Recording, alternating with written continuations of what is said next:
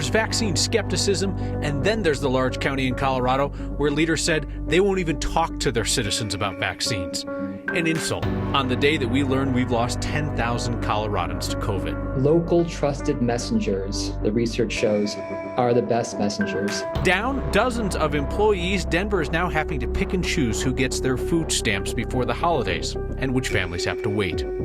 And a motel that could be a model for addressing homelessness. I would like to make a profit. That is the goal. But you can be for profit and also for purpose. That plus a word of appreciation for the kindness of strangers when my family needed it most. That's next. Weld County commissioners made quite the choice when faced with anti-vaccine misinformation. They backed down and said they'd stop sharing factual information about vaccines with their citizens. Coloradans who are rooting against the virus heard about that decision and were not happy with what the commissioners said. Here's Mark Salinger. But anybody in the audience that would like to address the board? This story begins at a nearly empty Weld County Commission meeting on November 24th. I am sick to death of these Facebook posts. The only 3 people who signed up for public comment were anti-vaccine advocates, asking commissioners to stop using county social media pages to post information about vaccines. The meeting was first reported by the NOCO optimist. Commissioner Scott James assured the group they'd stop the posts. Any sort of post that involves a COVID vaccine will not receive my approval. I had made a comment in a public meeting about how I was not going to approve any more Facebook posts. I was caught up in the moment of that particular Facebook post. It's not within my purview to change the policy of the Board of County Commissioners in that manner. Even though James now says Weld County will continue using social media to share information about the vaccine, he doesn't think it'll change any minds. The county used less than a quarter of a $25,000 grant given to them to market vaccines before deciding they didn't need to do that. Folks in Weld County have made up their mind. They know where to get the vaccinations and they know what to do. And so therefore, why spend any more money? In the past week, more than 20,000 people across the state received their first dose of the vaccine. It's a constant struggle to correct the record, if you will, about what this vaccine really does. Jake Williams leads Healthier Colorado, a nonpartisan nonprofit that's been working to convince people on the fence about getting the vaccine. He says commissioners' Facebook posts are more important than they may seem. Local trusted messengers, the research shows, are the best messengers. And Weld County commissioners have a great opportunity to be that trusted messenger. Commissioner James supports vaccines, just not any mandates. Do we coerce? No. Do we educate and inform? Yes. Commissioner James says the extra money from the grant was returned to the health department. He wasn't sure what it'll be used for, but Kyle, he says that it will not be used for marketing or boosting Facebook posts about the vaccine. So Weld County lost a health department commissioner. Clashes with the county leaders during the pandemic. So how does this impact what they do now? Yeah, so the county commissioners still have the ability to approve Facebook posts that go out from the health department. That's the way that their department is set up. So they still have control over that. It's unclear exactly how much control they'll have. I checked. The last time that Weld County posted about vaccines or anything about where to get them or anything like that on their Facebook post, as far as I could tell, was about a month ago. About a month ago. Interesting test of leadership. Are you willing to tell people true things that they don't want to hear? All right. Thank you, Mark. COVID patients in Larimer County are only being moved into assisted living once they are no longer contagious, according to both the county and the hospital system up there, UC Health. There is an evidence-free claim otherwise that is currently being circulated by conspiracy theorists. The image being shared on social media is in fact real. It's from the Larimer County Health Department's plan to reduce pressure on hospitals. It calls for COVID patients to be moved to nursing homes and assisted living when they're eligible to free up beds. The conspiracy theorists claim, without evidence, that this means that they're moving still contagious people to places where they can infect other folks and run up the COVID numbers.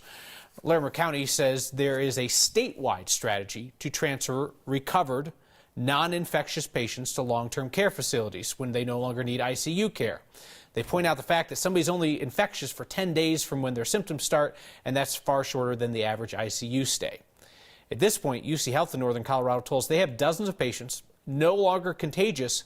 There's simply no appropriate place to move them. Help on that does come from dropping hospitalization numbers. Hospitalizations continue to trend down in our state, 1,270 at last count, 24 patient drop in a week and 149 patients under last Tuesday's number. So you got Tri-County Health that became Bi-County Health, then Uni-County Health, and today Arapahoe County Commissioners voted to leave the health department that is soon to be without a single county to serve. Dougco started the collapse when its commissioners pulled out so that they could avoid public health restrictions. Adams County then left after that. Arapahoe will consider continuing a relationship with Tri-County beyond 2022, but that'll require a new deal and probably a new name. Our positivity rate is encouragingly headed down as well. Just under 6.5% of tests came back hot in Colorado over the last 7 days. Hoping to get back down under 5% soon. That's the threshold where the virus is considered in check in the community. Haven't been there since July. She got patient counts down, positivity down, but look in our sewers and it's still clear we're in a crappy situation. State Health Department monitors wastewater looking for COVID. Latest batch of data was released last week. You got that northern metro area there, what we've circled, the blue area, so Arvada, parts of Jeffco, Thornton. Right now that area is seeing its highest level of COVID in wastewater this year. The levels in Denver and Lakewood have tapered off a bit from high points in late October and early November, still higher than any point since before the fall. Some of the highest levels right now seem to be in the South Metro area, places like Littleton and Centennial, almost off the chart. Trend is not the same everywhere, though. You look at Boulder, its high point was in mid-November. Now the levels of COVID detected in wastewater is less than a third of what it was. Our appreciation for the folks who do that sampling. Addressing the need for housing in our communities is complicated, and there is a constant search for new solutions. In Jefferson County, an idea materialized when a developer gave a call. 9 News reporter Katie Eastman explains a pilot program to house families with kids. Some parts of life can be planned. We'd have another family checking in. But Lauren Coleman, she didn't prepare for this part. No, the baby was a pleasant surprise, but business baby alongside motel baby has been a whole thing.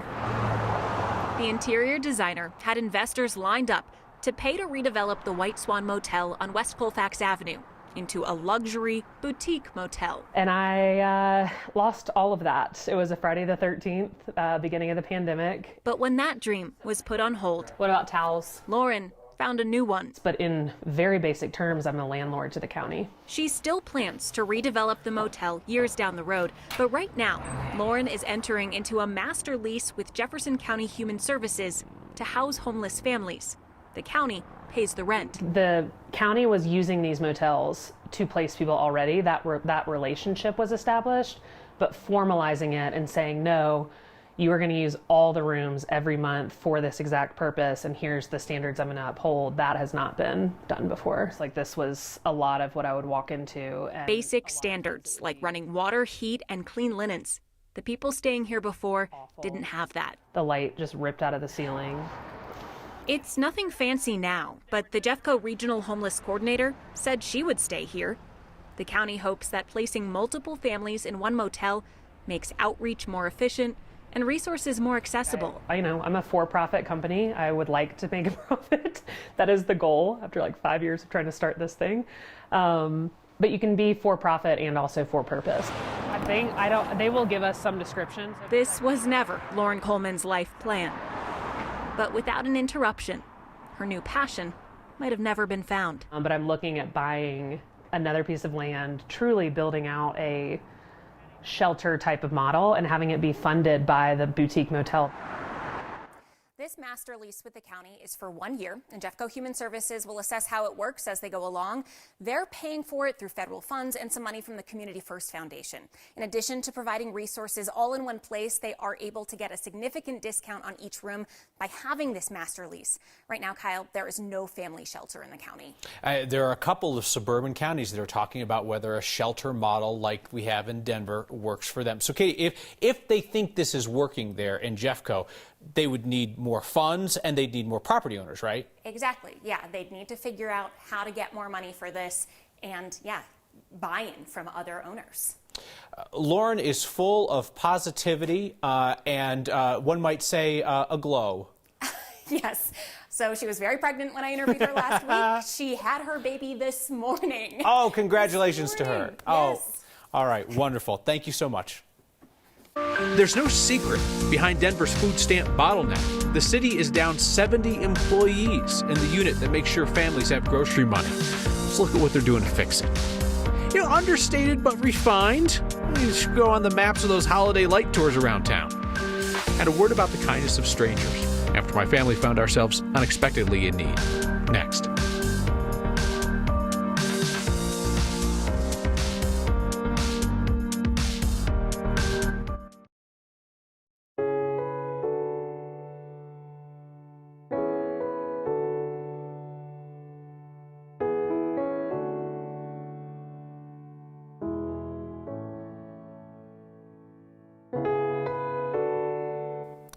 I was reminded of something important over the weekend, that even in these tense times, there is overwhelming goodness in people we don't know. I guess what you'd call the kindness of strangers.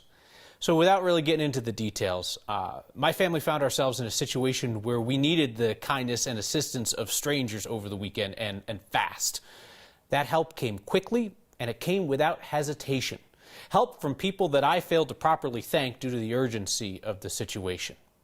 If you happen to be watching tonight, thank you for helping my family. If you have ever stepped in to help somebody who is in urgent need and you had to leave without hearing it said, thank you.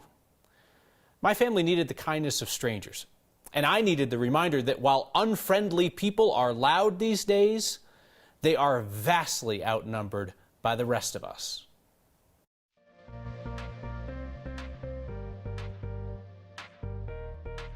A major windstorm, snowstorm moves into Colorado overnight. So 3 things you need to know. If you have any outdoor holiday decor, bring it in tonight. It is going to go flying tomorrow. Tomorrow, expect trees down, power lines certainly could be down, so charge your phones tonight. Plus, we have a blowing dust advisory. On top of all of this, I know the map is lit up. We have a high wind warning going across the eastern plains, red flag warnings, and winter storm warnings, winter weather advisories up into the high country for about 5 to 10 inches of snow. This is the culprit. This area of low pressure will be inching closer into Colorado late tonight. Here we go. Heavy snowfall early tomorrow morning, possibly a quick rain snow mix here in Denver. That shouldn't last long, but the winds, they will be with us. Look at this. As we go throughout the overnight hours into early tomorrow, 50 to 60 mile per hour winds, 70s are at Allens Park, Netherland. The winds are going to be relentless. Plus, we're tracking high fire danger off to the east. Daytime highs 40s and 50s for the metro, but 20s up in the mountains. This storm moves out and the sunshine moves in. Congratulations, North Glen. You are getting Golden's patio furniture. And if you've driven through Golden, some people got some pretty nice stuff. It takes funky weather to close a ski area, but you heard Danielle detail the funk, and it's going to close Monarch tomorrow. They're worried about people getting blown off the ski lifts. Poor Monarch Mountain. It's too windy to ski there tomorrow. It was too snowy to ski at Monarch on a day in 2017. You heard that correctly. Monarch was one of 3 ski areas in Colorado that shut down briefly for a time in 2017 because they had too much snow for skiing. Next thing you know, Monarch's going to be closed because the skies are too blue. I think a lot of us set out to create tasteful holiday displays at our homes. And 10,000 flashing lights later, we have missed that mark by just this much, which is why we bring you the tasteful simplicity of Brad's yard in Arvada. So top-notch that his neighbor Betsy wrote in to tell us about it. It's always the flashy displays that get the attention, but I really like what Brad has done with the space. He told us he was weeding the yard a few years ago, and he saw a tiny tree making a go for it. Years later, that tiny tree is finally ready for decorations. Brad says they'll decorate it each year that they're there at the house. He told us, quote, "Some go big, some don't." It's big-time advice, Brad. Families in Denver can't get the food stamps they're eligible for right away, so the city's even going to park a mobile food pantry outside that building. And the state is asking employers nicely, comply with Colorado law. Tell people about salaries. We're confident that we fixed a number of postings that is in the thousands already. And they'll take your help finding more job listings that aren't following the law. That's next.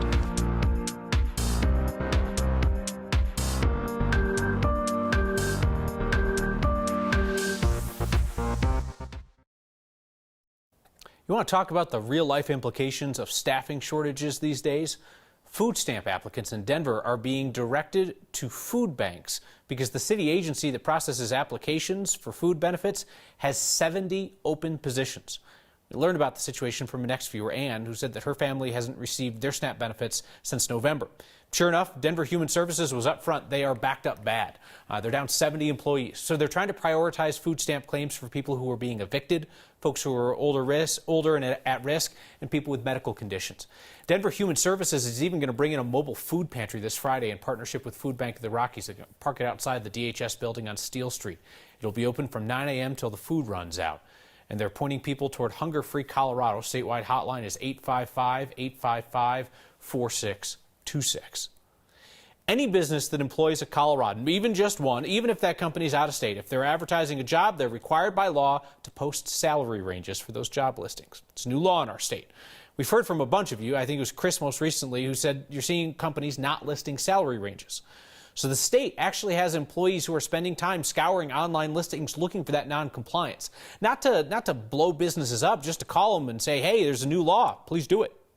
We didn't want to wait for complaints. We wanted to be proactive. So we wrote compliance assistance letters, we call them, that inform employers who have been found to have such postings that these have to be fixed, asking them to respond to us to tell us if they're fixing it, to obviate the need for an investigation. And we've written to well over 100 already.